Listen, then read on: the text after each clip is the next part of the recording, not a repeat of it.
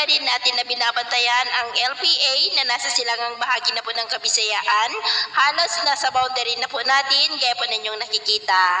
Posible po yan na papasok sa ating area of responsibility anytime from now at posibleng mag-landfall sa darating po na Martes dyan po sa may Bicol region na magdudulot ng mas maulan na panahon sa ilang bahagi po ng ating bansa. Samantala sa ngayon ay mayroon na po tayong shear line na nakatutok ngayon dyan sa gitnang bahagi ng ating bansa, lalo na po sa silangan ng Southern Luzon at Visayas, gaya po ninyong nakikita. Ang shear line nga po ay linya kung saan nagtatagpo ang malamig na amihan at mainit na easterlies. Ang amihan ngayon ay patuloy ang pag-ihip dito po sa malaking bahagi ng Luzon.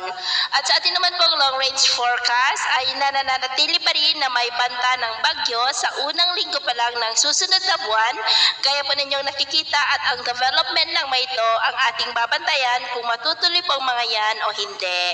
At sa lagay po ng ating panahon, ngayong hapon ay maulap po ang kalangitan na may mga pulong pag-ulan sa malaking bahagi po ng Mindanao, Samar Provinces, Leyte, Bohol, Cebu, Negros, ilang bahagi ng Panay Island, Mimaropa, ilang bahagi ng Ilocos Region, Peña Blanca, Maconacon, Tifilacan at Aurora.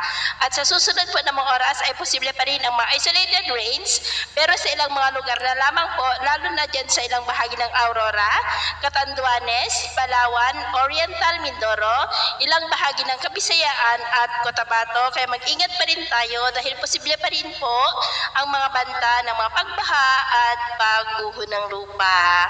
At sa atin naman pong mga baybayin, wala naman po tayong nakataas na namang gale warning signals, pero iba yung pag-iingat lamang po kung papalaot tayo para mas makaiwas sa mga sakunang